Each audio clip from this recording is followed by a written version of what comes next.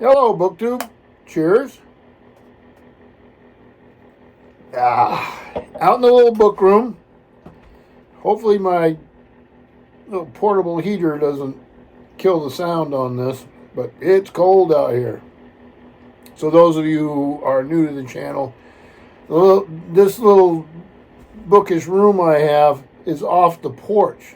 It used to be a waiting room. There's one on each side of the porch. We have a porch on the front of the house, two little rooms. One you enter the house through in the front, and then this one door just leads to this room. The other room's my wife's office, and this is my little hideaway, but it's not heated. And these used to be two little waiting rooms for the stagecoach. This is a 200-year-old cottage in a little village in Vermont. In a little village where it's snowing.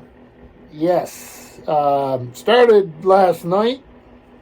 We got up early this morning, and the two oldest, both of them are teenagers. Our youngest stayed in with our dog Dixon.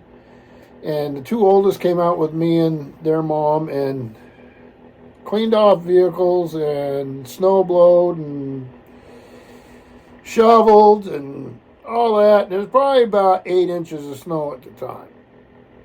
It's still falling hard right now. We're getting ready to go out to do round 2.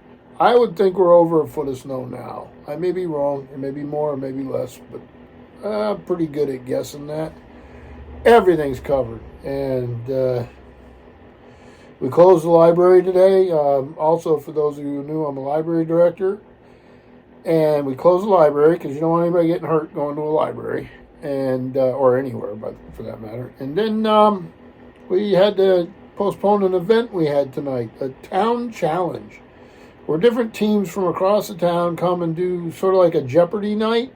We have a MC. There's all these different community groups at tables. Usually, well, it's always 3 people at the table for each team, but they can have alternates to jump in during breaks. And then we have a judge and a timer, and you have to answer trivia questions. There's literary, obviously, questions. There's geography.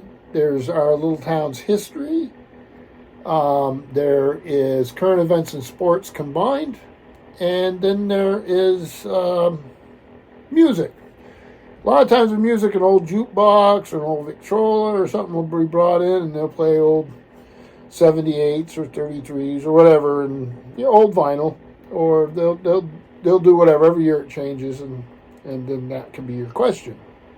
And you have a certain amount of time to answer it. So that was tonight. It's been postponed until tomorrow. We'll see if we can have it. It's the 10th annual one. We've done 10 of them. Obviously, in the middle of that run, COVID, we did not. So it's great fun. But not happening this year. Well, not happening today. Hopefully it's happening this year. I'm hoping tomorrow. So, yeah, it's snow. It's just unbelievable how much is coming down now. We haven't had a ton of snow this year. And I like snow. I'm not a big fan of ice because I think it's dangerous, especially to old fellas like me. And it doesn't seem very icy, so that's a positive.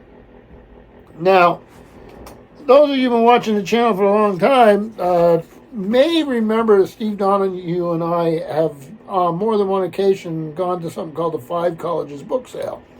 And that's what it is. So the bookmark for it, you can read that. If you are in New England, this is going to be in Lebanon, New Hampshire at the high school, starting April 11th and ending on April 14th, which is a Sunday, when everything will be half price, is one of the biggest book sales, all used books obviously, donated books, in northern New England.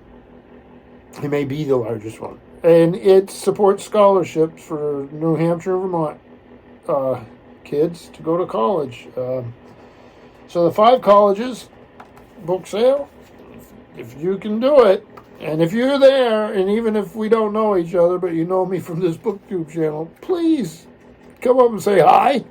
Yeah, and don't grab my books, okay? Anyway, earlier today I filmed, so I'm going to go through some books I've finished and some books I'm reading. And I'm always reading a lot of books, okay?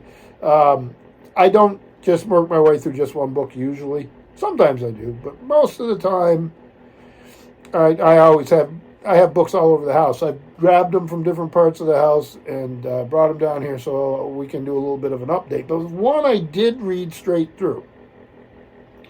So, Literary Gladiators, and so I'm about to come up on my 7th anniversary on BookTube.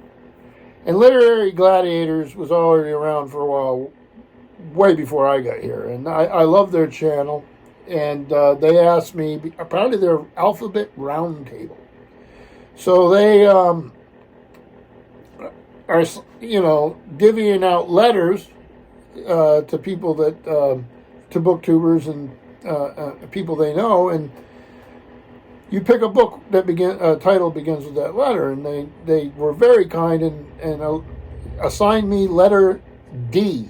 So, very busy week for me with work and all that, but I was so thrilled. I plowed through my choice so that I can get them a video, and I'm sending them the video today. So I won't get into this book too much, but just to say that all you have to do is type into your YouTube search Literary Gladiators, and I think it's called Alphabet Roundtable, but any of their videos are wonderful. So I read Lois McMaster Bujold's Diplomatic D, Immunity. And this is a big series. I'm not going to talk about it at all, except for to say that I did. It's not a book review, but it's a book discussion of that book, and just absolutely loved it. So go over there if you want to see it, and I recommend their channel highly. And here, let me put the 5 colleges out of the way here so I don't repeat myself. So so you may think this is a different angle. I'm getting really high tech, so I'm still recording on my phone, but now I have it on a little side table that goes with a yard furniture stuff, and then on top of that is a comic book box, 3 Max brand paperbacks, Westerns, and then some big Zane Grey Westerns in the back to hold my phone in place. So that's high tech here. So, oh man, the snow's really coming down now. Yeah, this is going to be fun. So, what have I been reading? I just finished the 5th volume of Jefferson and His Time by Dumas Malone. And now I've just started, where am I at? I'm on page 102 of the final volume, which is The Sage of Monticello. So, into that, this is just good writing and a fascinating topic. So, Jefferson's always fascinating, if somewhat maddening sometimes. Then, with a fancy bookmark, let me get rid of this bookmark, which is a card from a friend, and I'll put in the 5 colleges bookmark. Ursula K. Le Guin, No Time to Spare, Thinking About What Matters. So these are short pieces that she did originally as a blog in her, she would have had to been in her 80s or 90s when she did this, I would think. Obviously, a great American writer. Where am I at on this? I've finished 28 pages. I'm about to go to 29, which is Chosen by a Cat, April 2012. So we'll see what she has to say about that. Then I picked up again and really been getting into it. Is this Roland Huntford, his book on Shackleton, his biography. Where am I at? 174 in this. It does have some photo sections that are sort of nice. Here's a classic example. I like polar stuff, and it seems rather appropriate here right now. Shackleton is a fascinating figure, as much for his failures as for his successes. He was a self-promoter and a bit of, I don't know. To be fair, let me just finish the biography and I'll tell you. But he's a good sailor. I'm not sure he was a great Arctic explorer, but it's a great story, and it's been told many times. And oddly enough, many of those tellings are quite good, and I think it's because the story is so compelling, and he's attracted intelligent and good writers. So biographers and historians. So yeah, I'm enjoying that. Then I just started this. I've read so many doggone Churchill books, but Candace Millard I really enjoy, and I'm only on page 35 of this story of Churchill. And I've read his own accounts of many of these things. I think I've read so much Churchill stuff, but you can never read it all, because when you get close, they'd be coming out with more. But good stuff. And then my big project, it came about by accident. I was watching Malcolm Guite, he's not a booktuber, but a YouTuber, although he talks about books all the time. And like myself, he loves a good pipe. He likes a good pint, although mine's in a can usually. I'm not that fancy. And he's a raconteur. He's a storyteller, a poet, a singer, Anglican priest, and just a guy.